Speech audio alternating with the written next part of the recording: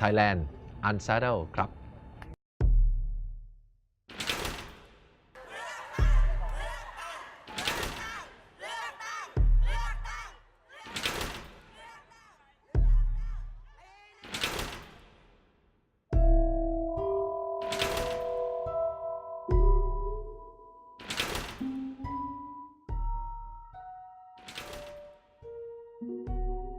ดูเหมือนว่าพรรคอนาคตใหม่เข้าใจว่าได้80ที่นั่งถือว่าเป็นน่าจะเรียกว่าประสบความสำเร็จทีเดียวสำหรับพรรคการเมืองที่มีอายุ1 ปีกว่าๆแต่ว่าอีกด้านหนึ่งก็ดูเหมือนว่าเอ่อเป็นกระแสของตัวบุคคลหรือเปล่ามันมีคำถามนี้ขึ้นมานะครับก็เลยอยากจะถามว่าคุณธรมองเรื่องการที่จะทำให้พรรคอนาคตใหม่กลายเป็นสถาบันการเมืองไว้อย่างไรบ้างคือปฏิเสธไม่ได้หรอกนะฮะคุณทำพรรคขึ้นมา1 ปีแล้วจะทำให้พรรคเป็นสถาบันการเมืองไม่ต้องขึ้นกับตัวบุคคลใครที่คิดว่าจะทำเรื่องนี้ได้ภายใน1 ปีผมคิดว่าไม่เคยสัมผัสงานแห่งความเป็นจริงนะครับมันหลีกหนีไม่ได้หรอกในช่วงแรกของพรรคมันก็ต้องเป็นอย่างนั้นอยู่แล้วมีกระบวนการมี movement หรือว่ามีองค์กรไหนบ้างที่ตั้งขึ้นมาในช่วงแรกแล้วก็มีส่วนร่วมของประชาชนตั้งแต่แรกแล้วนำมาซึ่งความเปลี่ยนแปลงได้เลยนะฮะผมนึกไม่ออกนะครับดังนั้นเนี่ยผมคิดว่ามันเป็นเรื่องปกตินะครับที่ในช่วงแรกของการเกิดตัวขององค์กรใดก็ตามนะครับมันก็ต้องอิงกับผู้ก่อตั้งนะครับดังนั้นสิ่งที่ท้าทายสำหรับพรรคอนาคตใหม่ก็คือการสร้างพรรคที่เป็นสถาบันได้และนั่นเป็นหนึ่งในงานหลักของเราที่เราจะทำหลังจากนี้นะครับก่อนหน้าที่จะเข้าสู่การเลือกตั้งพลวัตของการเลือกตั้งมันไม่อนุญาตให้เราไปมองอะไรยาวๆได้สถานการณ์เปลี่ยนทุกวันข้อความที่เราต้องสื่อสารถึงประชาชนต้องเปลี่ยนต้องคิดใหม่กันเป็นสัปดาห์รายสัปดาห์ต้องคิดใหม่ดังนั้นงานหลังจากนี้ต่อไปก็คงจะให้เวลาให้ทรัพยากรนะครับกับการสร้างพรรคที่เข้มแข็งมากขึ้นยกตัวอย่างในแผนการทำงานในช่วง7 เดือนที่เหลือของพรรคเนี่ยนะครับเรามีการกำหนดไว้ว่าจะต้องมีออนไลน์โหวตในเรื่องที่สำคัญโดยสมาชิกอย่างน้อย2 เรื่องในปีนี้ยกตัวอย่างนะครับเราจะทำยังไงได้อีกเราทำให้เกิดการมติใหญ่ๆในพรรคนะครับทำให้มันมาจากการตัดสินใจร่วมกันมากขึ้นนะครับเราทำอะไรยกตัวอย่างเช่นเรากำลังจะมีนะครับที่ประชุมสสของพรรคนะครับถือว่าเป็นองค์กรของพรรคนะครับดังนั้นไม่ว่าจะเป็นเรื่องตั้งกระทู้ไม่ว่าจะเป็นเรื่องในกรรมาธิการต่างๆไม่ว่าจะเป็นการเรื่องในการตั้งยติหรือแม้แต่การยกร่างพรบของพรรคก็จะผ่านที่ประชุมสสนะครับเราจะทำอะไรได้อีกเราจะ engage นะครับสร้างองค์กรที่ลงเลือกตั้งในการเลือกตั้งส่วนท้องถิ่นนะครับซึ่งเราเห็นว่าเป็นปัจจัยที่สำคัญมากในการพัฒนาพรรคการเมืองให้เข้มแข็งถ้าเราทำสิ่งต่างๆเหล่านี้ได้นะครับพรรคก็จะลดความพึ่งพิงกับแกนนำพรรคลงนะครับอีกอย่างหนึ่งที่เราให้ความสำคัญมากนะครับก็คือเรื่องการระดมทุนให้ได้โดยไม่ต้องพึ่งพาเงินของใครนะครับผมก็ต้องบอกว่าพรรคอนาคตใหม่อยากจะเอามิติใหม่มาสู่พรรคการเมืองไทยโดยเฉพาะอย่างยิ่งเรื่อง fundraising นะครับเรื่องการระดมทุนของพรรคผมว่าพรรคเราจริงจังมากนะเรื่องขายของเนี่ย ร้านอยู่ข้างๆนะครับถ้ามีเวลาก็ช่วยไปอุดหนุนนิดนึงนะอย่างเงี้ยผมคิดว่าสำคัญมากยกตัวอย่างในช่วงแคมเปญการเลือกตั้งพรรคไม่สามารถระดมทุนได้ทันพรรคมีชีวิตสามารถรับระดมทุนได้ในวันที่3 ตุลาคมนะครับของปีที่แล้วดังนั้นจาก3 ตุลาคมจนถึงช่วงต้นมกราที่เราเริ่มรณรงค์การเลือกตั้งเนี่ยมันมีเวลาแค่3 เดือนแล้วนั่นเองเราลงทุนได้ในระดับหลาย10 ล้านซึ่งเป็นที่น่าพอใจแต่ถามว่าพอไหมสำหรับการเข้าสู่การเลือกตั้งไม่พอพรรคนะครับจำเป็นต้องใช้เงินมากกว่านั้นผมเอาเงินใส่เข้าไปในพรรคประมาณ90 กว่าล้านบาทนะครับประมาณ100 ล้านบวกลบนิดหน่อยนะครับประมาณ100 ล้านถามว่าถ้าเป็นพรรคอื่นเขาทำยังไงเขาเอาพรรคเอาเงินใส่เข้าไปใน100 ล้านใส่เข้าไปในพรรคแล้วไม่ต้องดีแคลร์คือไม่มีค่าใช้จ่ายตัวนี้นะครับแต่พรรคเราไม่ใช่ผมเอาเงินใส่เข้าไปที่พรรค100 ล้านแล้วใส่ในรูปแบบของเงินกู้เปิดเผยต่อสาธารณะทุกคนรู้หมดว่าตอนนี้พรรคอนาคตใหม่เป็นหนี้ธนาธรอยู่100 ล้านแล้วผมต้องการเอาคืนทุกบาททุกสตางค์ด้วยผมไม่ต้องการให้ฟรีอย่างเงี้ยใส่อยู่ในบุ๊กบัญชีของพรรคอนาคตใหม่ให้เห็นไปเลยให้สมาชิกทุกคนเห็นให้แกนนำพรรคทุกคนเห็นว่าพรรคเป็นหนี้ธนาธรอยู่100 ล้านต้องจ่ายคืนแล้วเราพยายามทำทุกทางที่จะฟันเรสกลับมาได้ยกตัวอย่างทำยังไงให้พรรคเข้มแข็งเมื่อไหร่จะไปดูสิ่งเล็กๆคุณเห็นป้ายไวนิลที่อยู่ข้างถนนหรือเปล่าเราเอาป้ายไวนิลมาตัดเป็นสมาชิกของพรรคเองนะทำให้พรรคเอง ไม่ได้เกิดจากการสั่งการของแกนนำพรรคแต่เกิดจากอาสาสมัครความสมัครใจตัดไอ้ป้ายไวนิลที่ใช้หาเสียงที่แปะอยู่ข้างถนนตัดออกมาเป็นชิ้นๆแล้วเอามาเย็บเป็นถุงผ้าแล้วเอาไปประมูลออนไลน์ถุงนึงแล้วก็เอามาให้ผมเซ็นแล้วก็ไปประมูลออนไลน์ได้ถุงละ10,000 กว่าบาทก็เอามาเข้ามาใส่เป็นรายได้ของพรรคอย่างนี้เป็นต้นนะครับผมคิดว่ามีกิจกรรมเยอะแยะไปหมดที่เราพยายามจะทำให้พรรคเข้มแข็งมากขึ้นแล้วโดยภาพรวมผมว่ามันไปในทิศทางที่ดีคือระบบการเมืองของเราแต่เดิมเนี่ยมันจะเป็นระบบหัวคะแนนแล้วก็ไม่มีพรรคเราไม่มีหัวคะแนนคือคุณไม่เชื่อคือผมพูดไปเนี่ยคนอาจจะไม่เชื่อแต่ว่าคุณก็ไปพิสูจน์ได้พรรคเราไม่ได้จ่ายเงินให้กำนันผู้ใหญ่บ้านนะพรรคเราไม่ได้จ่ายเงินให้หัวคะแนนและเรามีทีมจังหวัดอยู่77ทีม77จังหวัดทั่วประเทศผมว่าหาน้อยมากพรรคการเมืองที่มีทีมจังหวัดได้และทีมจังหวัดของเราทั้งหมดจังหวัดนึงแล้วแต่ความใหญ่เล็กของจังหวัดนะครับถ้าจังหวัดใหญ่อาจจะมี20คนจังหวัดเล็กอาจจะมี10คนนะครับแต่ทีมจังหวัดของเราทุกคนส่วนใหญ่เป็นวอลันเทียร์คือทำงานด้วยจิตใจอาสาสมัครในมีจังหวัดละ1คนเท่านั้นเองที่เราจ่ายเงินเป็นเจ้าหน้าที่ธุรการประจำจังหวัดคนเดียวเท่านั้นเองนี่คือหัวคะแนนของเราไม่มีการไปซื้อกำนันไม่มีการซื้อผู้ใหญ่บ้านแล้วเราตั้งใจจะทำงานการเมืองอย่างสร้างสรรค์นะครับโดยที่อาจจะต้องใช้เวลานะครับแต่การเมืองแบบต้องไปงานศพงานบวชอะไรแบบนี้เราไม่คิดว่ามันตอบสนองกับการพัฒนาประเทศอย่างแท้จริงนะปลายไตรมาส 3หรือต้นไตรมาส 4ของปีนี้เราน่าจะเห็นการเลือกตั้งท้องถิ่นขึ้นไม่ว่าจะเป็นอบจ.ไม่ว่าจะเป็นระดับเทศบาลไม่ว่าจะเป็นระดับตำบลเราน่าจะเห็นการเลือกตั้งระดับท้องถิ่นเกิดขึ้นในช่วงปลายปีนะครับแล้วพรรคอนาคตใหม่จะส่งนะครับก็ต้องบอกว่าคงไม่ได้ส่งลงพื้นที่ไม่ได้ส่งลงทั้ง77จังหวัดนะครับเพราะพรรคไม่มีศักยภาพพอนะครับไม่ได้แข็งแกร่งขนาดนั้นนะฮะดังนั้นเราคงจะเลือกพื้นที่ที่จำเป็นจริงๆที่เราคิดว่าเป็นพื้นที่ยุทธศาสตร์จริงๆ10-15จังหวัดเท่านั้นเองนะครับที่เราจะส่งลงคุณจำครั้งสุดท้ายที่คุณเลือกองค์กรปกครองส่วนท้องถิ่นในพื้นที่คุณได้ไหมจำไม่ได้และครั้งสุดท้ายที่คุณเลือกที่มีการเลือกตั้งส่วนท้องถิ่นคุณรู้ไหมว่าคนที่อาสามาทำงานเป็นนายกอบจ.นายกอบต.ในพื้นที่ที่คุณอยู่มีนโยบายอะไรจำได้รู้ไหมไม่รู้ไม่มีใครรู้ใช่ไหมเพราะพื้นฐานทางการเมืองก็ต้องบอกว่าพ่อเป็นสสแม่เป็นสจลูกเป็นนายกอบต.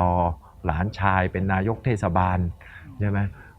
เพื่อนฝูงเป็นสจมันอยู่ในรูปแบบการเมืองเดิมทั้งหมดแล้วมันทำให้ประชาชนไม่เข้าใจว่าประชาธิปไตยมันเกี่ยวข้องกับชีวิตเขายังไงเพราะประชาชนเลือกสสเข้าไปสสมันไปอยู่นี่มันไปอยู่ในสภาที่ส่วนกลางคุณเป็นคนพัทลุงคุณเลือกสสพัทลุงสสพัทลุงไม่ได้ทำงานในพัทลุงนะแต่ไปทำงานออกกฎหมายที่ส่วนกลางนึกออกไหมถามว่าสสพัทลุงมีอำนาจบริหารพัทลุงหรือเปล่าไม่มีประชาชนไม่เข้าใจทำให้ประชาชนรู้สึกว่าคุณพูดเรื่องประชาธิปไตยคุณพูดไปดิประชาธิปไตยมันไม่ใช่ของเรามันกินไม่ได้มันไม่ได้ตอบสนองมันไม่ได้ใกล้ชิดกับชีวิตเขาใช่ไหมเพราะอะไรเพราะคุณเลือกสสไปออกกฎหมายที่กรุงเทพแต่ถ้าถามว่าใครมีอำนาจในการจัดสรรดินน้ำลมฟ้าป่าใครมีอำนาจจัดสรรถนนโรงเรียนโรงพยาบาลยังอยู่ในหน่วยงานราชการนะไม่ได้ขึ้นอยู่กับสสนะใช่ไหมดังนั้นพรรคอนาคตใหม่เราเชื่อในการยุติโครงสร้างอำนาจรัฐโดนศูนย์ที่กรุงเทพเราต้องการยุติอำนาจแบบนั้นการส่งลงท้องถิ่นเพื่อแสดงให้เห็นว่าอำนาจประชาธิปไตยชีวิตความเป็นอยู่ที่ดีขึ้นของประชาชนเป็นเรื่องเดียวกันแล้วมันทำที่ระดับชาติอย่างเดียวไม่ได้มันต้องลงไประดับอบต.ให้ประชาชนเห็นพรรคอนาคตใหม่จะเข้าสู่การเลือกตั้งแบบอย่างท้องถิ่นแบบนี้ด้วยข้อเสนอด้วยนโยบายแบบที่เราทำเหมือนกับระดับชาติปักธงชัยในอนาคตควรจะเป็นยังไงอมก๋อยอีก10 ปีควรจะเป็นยังไงนึกออกไหมอุบลราชธานีอีก10 ปีหลังจากนี้จะเป็นอย่างนี้ถ้าเลือกอบจ.จากพรรคอนาคตใหม่เราควรจะต้องมีโรงเรียนสำหรับเด็กออทิสติกเพิ่มขึ้นที่จุดนี้พื้นที่จุดนี้มีพื้นที่รกร้างว่างเปล่าควรจะเอาเงิน10 ล้านไปทำสวนสาธารณะโรงเรียนนี้ยังมีเครื่องมือเครื่องใช้ไม่พอเราควรจะต้องลงทุนอีกปีละ2 ล้านบาทเพื่อยกระดับโรงเรียนนี้ขึ้นมาโรงพยาบาลนี้ควรจะต้องมีเครื่อง MRI เพิ่มแล้วก็เครื่องฟอกไตเพิ่มอุบลราชธานีควรจะต้องมีสายรถเมล์8 สายเพื่อเชื่อมต่อชุมชนตำบลด้วยกันคุณเคยเห็นใครเข้าสู่การเลือกตั้งจังหวัดด้วยนโยบายแบบนี้ไหม แล้วลองคิดดูถ้าเราทำได้สักจังหวัดหนึ่งจะเกิดอะไรขึ้นเราจะเช็คความเข้าใจของประชาธิปไตยของประชาชนทั้งประเทศเราจะเช็คมันแล้วบอกว่านี่คือประชาธิปไตยเพราะประชาธิปไตยคืออำนาจประชาธิปไตยคือทรัพยากรใครได้ทรัพยากรตัวไหนไปเมื่อไหร่อย่างไรเท่าไหร่นี่คือโจทย์ประชาธิปไตยนี่คือช่วงเวลาที่น่าสนใจมากที่สุดในการลงท้องถิ่นถามว่าเพราะอะไรคุณไล่ตระกูลที่เป็นบ้านใหญ่ของแต่ละจังหวัดมาดูดิผู้นำตระกูลอายุเท่าไหร่แล้วอาจจะเกินด้วยซ้ำไปใช่ไหมไปดูสระแก้วดิอายุเท่าไหร่แล้วใช่ปะไปดูสุโขทัยดิอายุเท่าไหร่แล้วใช่ปะนี่คือยุคของ transition แล้วผมคิดว่านี่คือยุคสุดท้ายของเจ้าพ่อท้องถิ่นนี่คือใช่ดิคุณนึกลูกของบ้านใหญ่ในต่างจังหวัดที่มีบารมีและมีอิทธิพลเท่ากับพ่อได้ไหมใช่ไหมดังนั้นผมคิดว่าทั้งในแง่ของช่วงเวลาของการเปลี่ยนแปลงเนี่ยมันมาถึงแล้วแล้วถ้าพรรคอนาคตใหม่ทำได้สักจังหวัดหนึ่งสมมติขอนอะไรดีโคราชก็ได้สมมุติเราลงเลือกตั้งอบจโคราชแล้วเราบอกว่าโคราชในแบบของอนาคตใหม่20ปีมันต้องเป็นแบบนี้ว่ะถ้าคุณเลือกนายกอบจจากอนาคตใหม่นะโคราชจะมีการคมนาคมสาธารณะที่ดีขึ้นอย่างนี้เราจะทำที่เก็บน้ำเพิ่มเพื่อทำให้ชลประทานไปถึงทุกพื้นที่ในโคราชอย่างนี้ด้วยงบลงทุนเท่านี้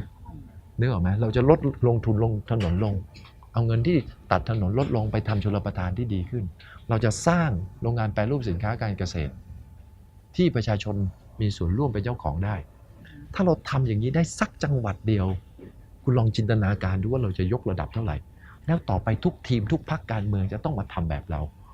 ซึ่งเราเวลคัมมากให้ทุกคนมาทำแบบเราแล้วถ้าทุกคนมาทำแบบเราได้ความคิดความเข้าใจเรื่องประชาธิปไตยของประชาชนคนไทยจะเยอะขึ้นเท่าไหร่เพราะชีวิตของชาวบ้านเนี่ยมันไม่ได้รับการตอบสนองจากการเมืองใช่ไหมใช่ป่ะแต่ถ้าเราทำการเมืองที่มันตอบสนองกับชีวิตเขาได้แล้วการเมืองที่จะตอบสนองกับชีวิตเขาได้ที่ใกล้ที่สุดคือชีวิตเขาคืออบต.คือเทศบาลคืออบจ.ไม่ใช่สสกับชาวบ้านเนี่ยไกลกันมากสมมติสมมติบ้านคุณปีนี้เนี่ยเพลี้ยลงทั้งตำบลเลยทำให้ต้องมีการแก้ไขชาวบ้านไปบอกสสคุณทำอะไรได้คุณต้องไปตั้งกระทู้ในสภาบอกท่านรัฐมนตรีครับเนี่ยจังหวัดผมเนี่ยตำบลผมนะครับปีนี้เพลี้ยลง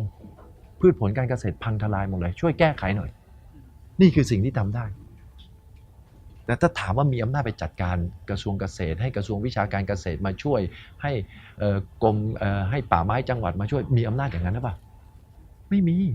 ม่ใช่อำนาจสสใช่ไหมดังนั้นสสกับชีวิตประชาชนเนี่ยมันไม่ได้ใกล้กันขนาดนั้นถอยกลับนิดนึงก็คือว่านโยบายของอนาคตใหม่คือภาพที่มันสื่อไปในสังคมเนี่ยมันเป็นเรื่องของการที่จะเรื่องการแก้รัฐธรรมนูญเรื่องยกเลิกทหารเกณฑ์เรื่องลบล้างผลพวงรัฐประหารแต่ไอ้นโยบายในเชิงปากท้องเนี่ยมันไม่ชัดซึ่งมันเป็นเรื่องหนึ่งซึ่งอะไรอ่ะมันเคยเป็นส่วนหนึ่งปัจจัยหนึ่งในการที่คนลงคะแนนเสียงเนี่ยอันนี้คุณธนาธรคือผมถามจริงๆเหอะในคุณคิดว่าพรรคที่มีนโยบายเรื่องปากท้องดีคือพรรคไหนนะในนโยบายการเลือกตั้งที่ผ่านมาคือปากท้องเนี่ยมันใหญ่มากคุณพูดถึงเรื่องอะไรอ่ะคือมันใหญ่มากไงใช่ไหมแล้วภายใต้เศรษฐกิจแบบนี้เนี่ยคุณทำอะไรกับนโยบายปากท้องได้จริงๆเหรอมีสิ่งที่เรียกว่านโยบายปากท้องจริงๆเหรอคือในความหมายนั้นคือคุณลองคิดดูสิ่งที่พรรคอนาคตใหม่พยายามนำเสนอเนี่ยพรรคอนาคตใหม่แทบจะเป็นพรรคเดียวที่ไม่เคยบอกว่าประกันราคาข้าวตันเท่าไหร่เราไม่เคยพูดยางกิโลเท่าไหร่เราไม่เคยพูดพรรคอื่นพูดหมด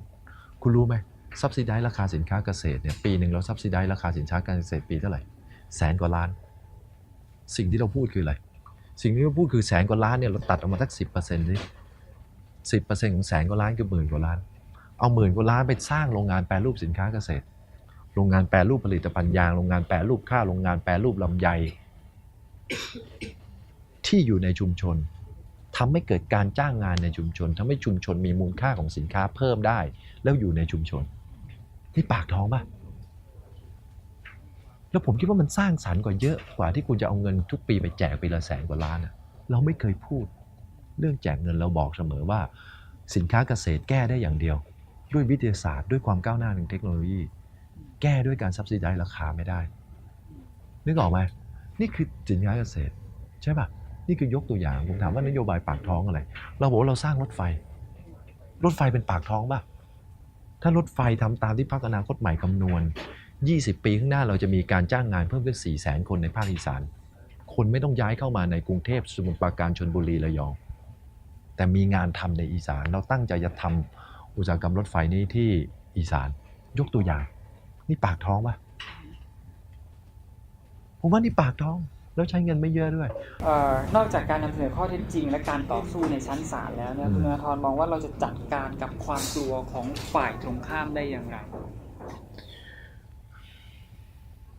ผมว่าเข้าสภาก็คงเห็นน่ะคืออย่างนี้ตราบใดที่คุณไม่ได้500 เสียงในสภาผู้แทนราษฎรคุณต้องประนีประนอมไม่มากก็น้อยนึกออกไหมเราเลือกการเมืองทำงานการเมืองเลือกการเปลี่ยนแปลงโดยตั้งพรรคการเมืองหมายความว่าเราต้องการเปลี่ยนแปลงในระบอบรัฐสภาในระบอบรัฐสภาต่อให้ข้อเสนอคุณ radical แค่ไหนถ้าคุณไม่ได้500 เสียงคุณต้อง compromise อยู่แล้วดังนั้นการเปลี่ยนแปลงในระบอบรัฐสภาต่อให้ข้อเสนอไกลเท่าไหร่แต่การลงมือทำหรือ implementation มันคือมีลักษณะ gradual หรือค่อยเป็นค่อยไปข้อเสนอของพรรคอนาคตใหม่ไกลไหมแน่นอนที่สุดไกลกว่าพรรคอื่นแต่ถ้าถามว่าเราทำอย่างนี้ในการเลือกตั้งครั้งเดียวได้ไหมไม่ได้เพราะเราไม่มี500 เสียงนึกออกไหมดังนั้นตั้งไว้ไกลแต่วิธีจะไปเนี่ยมัน gradual มากก็คือค่อยเป็นค่อยไปมากดังนั้นจำนวนเรื่องก็ได้ไม่ทั้งหมดแล้วเรื่องที่ได้ก็ดันไม่สุดทางด้วยเพราะต้องประนีประนอมใช่ไหมดังนั้นการที่เราเลือกทำงานการเมืองที่รัฐสภาเนี่ยมันคือการประนีประนอมอยู่แล้วมันคือการเปลี่ยนแปลงเลือกการเปลี่ยนแปลงที่ค่อยเป็นค่อยไปอยู่แล้วนี่คือความหมายของรัฐสภาคือพื้นที่พูดคุยใช่ไหมถ้าตราบใดคุณไม่มีอำนาจเป็นเสร็จคุณเปลี่ยนแปลงแบบนั้นไม่ได้ดังนั้นผมคิดว่าคนที่คิดว่ากลัวเนี่ยมันเป็นคนที่สูญเสียผลประโยชน์แล้วไม่เข้าใจกลไกการทำงานร่วมกันของรัฐสภาจะอยู่ร่วมกันยังไงประชาธิปไตยมันเป็นเรื่องสวยงามอ่ะคุณไม่จำเป็นจะต้องคิดแบบเดียวกันหมดคุณไม่ต้องเป็นขวากลางหมดคุณไม่ต้องเป็นซ้ายกลางหมดคุณไม่ต้องเป็นซ้ายจัดหมดคุณมีความหลากหลายได้พรรคอนาคตใหม่ไม่ได้ปฏิเสธความแตกต่างทางการความคิดคุณเป็นอนุรักษ์นิยมก็เป็นได้คุณอย่าปืนมายิงหัวคนที่เห็นต่างแล้วกันนึกออกไหมปล่อยให้สภามันทำงานแล้วความคิดแบบไหนจะชนะใจประชาชนได้ก็ปล่อยให้เป็นหน้าที่ของประชาธิปไตยผมไม่ได้มายกับคนที่มีความคิดอนุรักษ์นิยมนะ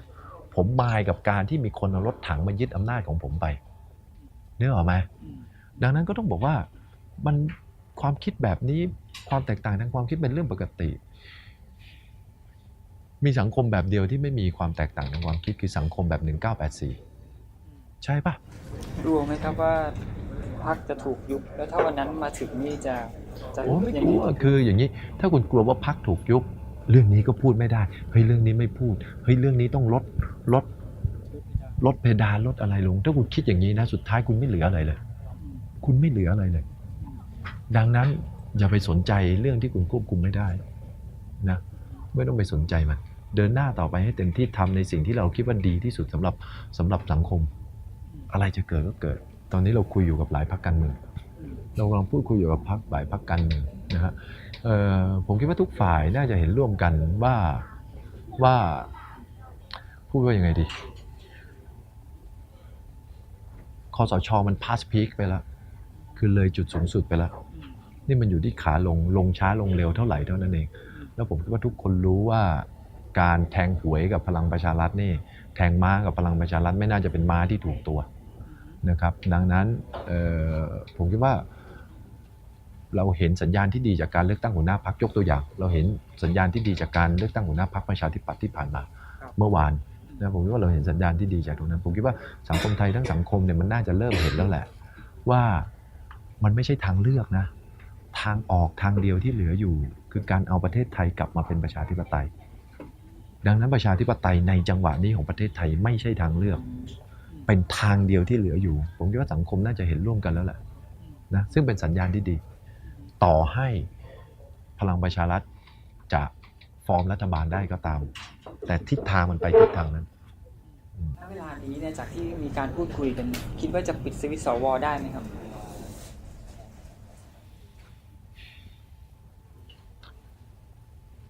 อย่างนี้ดีกว่าผมมั่นใจว่าพลังประชารัฐไม่ได้เป็นรัฐบาลผมพูดอย่างนี้ดีกว่าถึงวันนี้นะผมพูดได้แค่นี้ผมไม่สามารถพูดอะไรมากกว่านี้ได้ถามตรงๆครับคุณธนาธรดูเบาพลังอนุรักษ์นิยมในเมืองไทยเกินไปหรือเปล่าไม่ได้ดูเบาหรอกผมและพรรคอนาคตใหม่โดนมา12คดีเนี่ยไม่ได้ดูเบาแน่นอน นะฮะไม่ได้ดูเบาแน่นอนแต่มันไม่มีวิธีอื่นนะทำไงอ่ะมันไม่ได้ดูเบาเราทำสิ่งที่เรามีคืออย่างนี้ผมต้องบอกอะไรดีทำสิ่งที่มันอยู่ในวงกลมของอิทธิพลของเราทำสิ่งที่เราทำได้ในนี้อะไรที่มันเหนือนอกจากนี้เนี่ยคุณทำไม่ได้นะใช่ไหมดังนั้นสิ่งที่คุณต้องทำคือทำให้วงกลมของอิทธิพลคุณขยายใหญ่มากขึ้นแต่ถ้าคุณไปนั่งเครียดกับสิ่งที่คุณกำหนดไม่ได้ถ้าคุณไปนั่งเครียดกับสิ่งที่มันอยู่นอกเหนือจากวงกลมอิทธิพลคุณเครียดไปได้อะไรบ้างคุณแก้มันได้บ้างไม่ได้ดังนั้นทำในสิ่งตรงนี้คืออะไรทำให้สสเรามีคุณภาพทำให้พรรคมันเข้มแข็งมากขึ้นนึกออกไหมทำให้แนวคิดนโยบายและอุดมการณ์ของพรรคอนาคตใหม่ไปถึงผู้คนได้มากขึ้นนี่คือการทำให้ในตรงนี้มันใหญ่ขึ้นนี่คือสิ่งที่เราพยายามทำการต่อสู้ยังไม่จบหรอกระหว่างฝ่ายที่ไม่ฟังเสียงประชาชนกับฝ่ายที่เชื่อเรื่องเสียงของประชาชนเรื่องความเท่าเทียมกันเนี่ยมันไม่จบหรอกมันคงต่อสู้กันไปอีกเป็นทศวรรษผมว่า10 ปีนะแต่ว่าเวลาอยู่ข้างเรานะความหมายคืออะไรเวลาเราพูดเวลาอยู่ข้างเราคนที่มีแนวคิดอนุรักษ์นิยมส่วนใหญ่เป็นคนที่ค่อนข้างมีอายุแล้วคนที่ต้องการเห็นแนวคิดที่เป็นประชาธิปไตยแนวคิดเชิดชูแนวคิดด้านสิทธิมนุษยชนด้านอิสรภาพด้านสิทธิของประชาชนเนี่ยส่วนใหญ่จะมีอายุน้อยนะแล้วคนพวกนี้กำลังไล่อายุขึ้นมาทุกปีคนกลุ่มนี้มีคนใหม่เพิ่มขึ้นมา 700,000 คนใน 700,000 คนคุณคิดว่าเป็นอนุรักษ์นิยมหรือเป็นประชาธิปไตยมากกว่ากันดังนั้นเนี่ยมันไล่ขึ้นมาปีละ 700,000 700,000 800,000 800,000 เนี่ยมันไล่ขึ้นมาทุกปี 800,000 คนถ้าเราแคปเจอร์ 800,000 นี้ถ้าเราแคปเจอร์ได้สัก 60-70% หมายความว่า relatively หรือในเชิงสัมพัทธ์เนี่ยสังคมมันก้าวหน้าขึ้นโดยช่วงเวลาที่มันเดินมาอยู่แล้วถ้ายังมีคนนำทางความคิดอยู่ถ้ามีองค์กรนำทางความคิดอยู่แล้วยังยึดกลุ่มไป 800,000 ที่เข้ามาใหม่ทุกปีได้ทุกปีมีคนที่อายุ 18 เพิ่มขึ้น 800,000 คนทุกปีซึ่งอนาคตใหม่จะทำหน้าที่นั้นใช่ยึดกลุ่มความคิดของตรงนี้ว่าจับที่นี่ถ้าคุณจับที่นี่ได้เขาอายุ18วันนี้เมื่อเขาอายุ28เขาจะกลายเป็นนักข่าวเขาจะกลายเป็นนักหนังสือพิมพ์เขาจะกลายเป็นอาจารย์ในมหาวิทยาลัยเขาจะกลายเป็น NGO เขาจะกลายเป็นทันตแพทย์เขาจะกลายเป็นวิศวกรเขาจะกลายเป็นสถาปนิกเขาอาจจะเป็นผู้นำชาวนาในอายุที่28ซึ่งมีแนวคิดที่เชิดชูสิทธิมนุษยชนแนวคิดที่เชิดชูประชาธิปไตยถ้าเรากุมได้ตั้งแต่ตอนนี้ดังนั้นเวลาอยู่ข้างเราส่วนคนที่มีแนวคิดอนุรักษ์นิยมนับวันก็จะน้อยลงทุกทีไม่ต้องสงสัยเลยถ้ายังกุมความคิดมีองค์กรนำทางความคิดอยู่ไม่ช้าก็เร็ว